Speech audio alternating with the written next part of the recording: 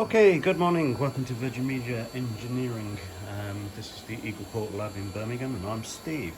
Just thought I'd walk you through the test setup really quickly for the our ONU testing, for the indoor ONUs that we're testing recently. So the test that we're going to look at this morning is the frequency response using a vector network analyzer. And we're looking at the S21 parameter, particularly for the downstream. So this is going to be frequency response from essentially 100 megahertz all the way up to 1.2 gigahertz. Anyway, before we get into the detail, let's have a quick look at the test setup. So what have we? We have over here a bunch of lasers. So these are Iris Comscope lasers. At this moment in time we are using which one are we using? I think we're using the little one at this moment in time, this guy over here. Above the lasers we have the Rodent Sports CLGD, which is actually a signal generator for downstream and upstream services. Kit's making a little bit of noise, so hopefully you can hear me over that. There's little fans running and things. CLGD will bring into use when we do in the next test, which is where we do the downstream frequency response with the actual DVB-C channels and DOCSIS channels. So we'll do that in a separate video. Anyway, we're out of our laser here on this fibre into a drum of test fibre. So we have where are we? We have a 25 kilometre loop on there on our fibre. We have on the far end of the fibre a Expo optical attenuator, which currently has 5.76 decibels of attenuation set. That just gives us fine control at the far end of the actual light level for the ONU. Next to the attenuator we have a Expo optical power meter. So at the moment this guy's not connected to anything, it's just standing here. But what we can basically do is we can drop off the fibre onto the optical attenuator and just verify the light levels if we need to. Then we've got the ONUs, three samples all stacked on top of each other at the moment. So we have the existing sample with the 4 frequency response and the 2 new samples. I'll come back to those in a second. And then over on this side we have a Rodent Sports ETL and a Rodent Sports Vector Network Analyzer. So test setup. So the way this is actually working for the S21 premises is we have source signal out of here into a longer piece of coax, into the back of the laser, some attenuation here, basically to get the right drive levels or approximately the right drive levels for the laser.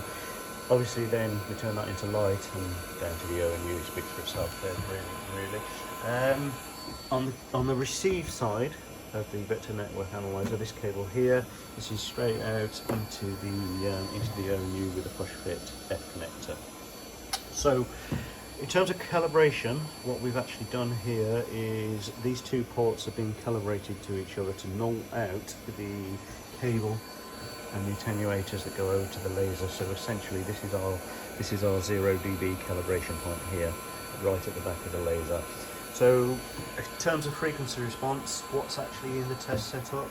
Yes, the laser is part of the test setup, because that's as close as I can get to the optical signal. And the attenuators and the optical attenuator part of the test setup and the ONU part of the test setup. So yeah, let's have a quick look at what we've got. So we have, just put that one to one side a moment. We have one ONU connected at the moment. Port 1 connected. What we're calling port 1 is actually the RF and power port, the other port being terminated. The ONUs are powered from a DC power supply over there, plugged in the wall, and this at the moment is running at, it's really difficult to do with one hand, but I'll try it in a second. So look at the light level. So all these fibres have been pre-inspected and cleaned.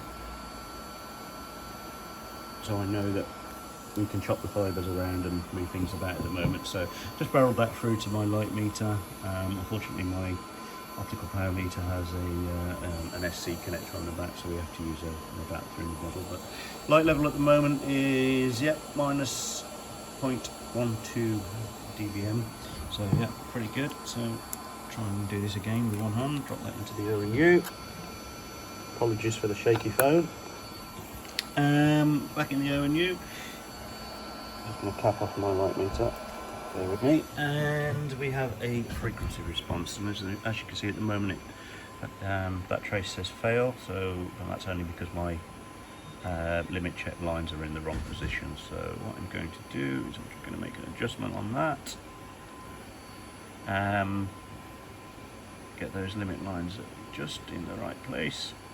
And yeah, so what we got on the plot at the moment is, as I said, this is approximately, let's do the start frequency. So start frequency, downstream frequency response, the analyzer is actually running from 1 megahertz to 1.3 gigahertz, but that's only because that's the range that we've calibrated at.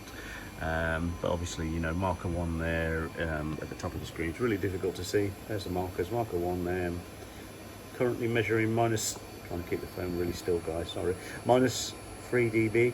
And marker 6 at the top end, slightly off frequency, 1.2 gig, 1.26 dB. So yeah, we're about 4 dB or thereabouts. In fact, I'll tell you what I'm going to do is I'm going to put marker 6 back where it should be, like so. Close that, right, there we go. So yeah, looking at the trace, there's 2 red lines. I changed the analyzer to a white background to make it a little bit easier to see on the video, but there's two red lines. Those 2 red lines are our limit check lines. So this is the plus or minus 1 dB frequency response from 200 megahertz up, or 250 megahertz up. And as you can see, we are within those lines, although the analyzer is just capturing a brief clip there, just above marker 2. Not overly worried about that. It's a fraction of a decibel and it's within the calibration of the test setup. So just to give you an example of that, if I go back to the limit line, limit test, frequency response, I don't know if I set that to minus 0.5, there you go. So just to prove, it was 0.05 of the dB out from where it should have been. Turn that up again, and you can see that's clearly now a patch at the top of the trace. That's essentially how we do our S21 test, guys. What we will do is we'll do this at different light levels. So we'll drop the light with the optical attenuator. We'll leave everything as is, but we'll drop the light level down to -6. Repeat it again. We'll also do this at -3. And then obviously we'll do the other port as well, and then sometimes what we do, depending on the DUT and the device, we'll take these up to temperature, or we'll chill them down and repeat the setup again, and do it all again. Both samples have been measured, so there's 2 samples on top of each other. This one I've just done, that one passed as well at 0 to -6. And that one's on there at the moment, so quite happy with that. What wavelength is that? I think that's 1390. Yeah, 1390. So yeah, really good. The next test is downstream frequency response with live channels, as I said. So what we use for that is the CLGD, which is this guy here. We program that up for the full channel load, full 1.2 gig spectrum from 100 megahertz upwards, and then basically what we do is we use the ETL. The ETL at the moment is not connected to anything, it's just a spectrum analyzer. But basically what we do is we use the ETL in a slow sweep mode or a low resolution bandwidth mode, just to capture the frequency response across the spectrum, and that way we can have a good look at the well, essentially the same as what we've got there, the slope and the response and all that sort of stuff. As I say, at the moment it's not connected to anything, it's just this is a previous trace from a previous unit. The other thing that we do with the source signals when they're real is we measure with this analyzer, we decode the channels, so we measure bit error rate and MER and all that sort of stuff. But that's not really what we're testing at the moment. We're just testing frequency response. Anyway, hope that helps, hope that makes sense. Thank you for listening. Sorry for rambling. Speak soon. Cheers guys, bye.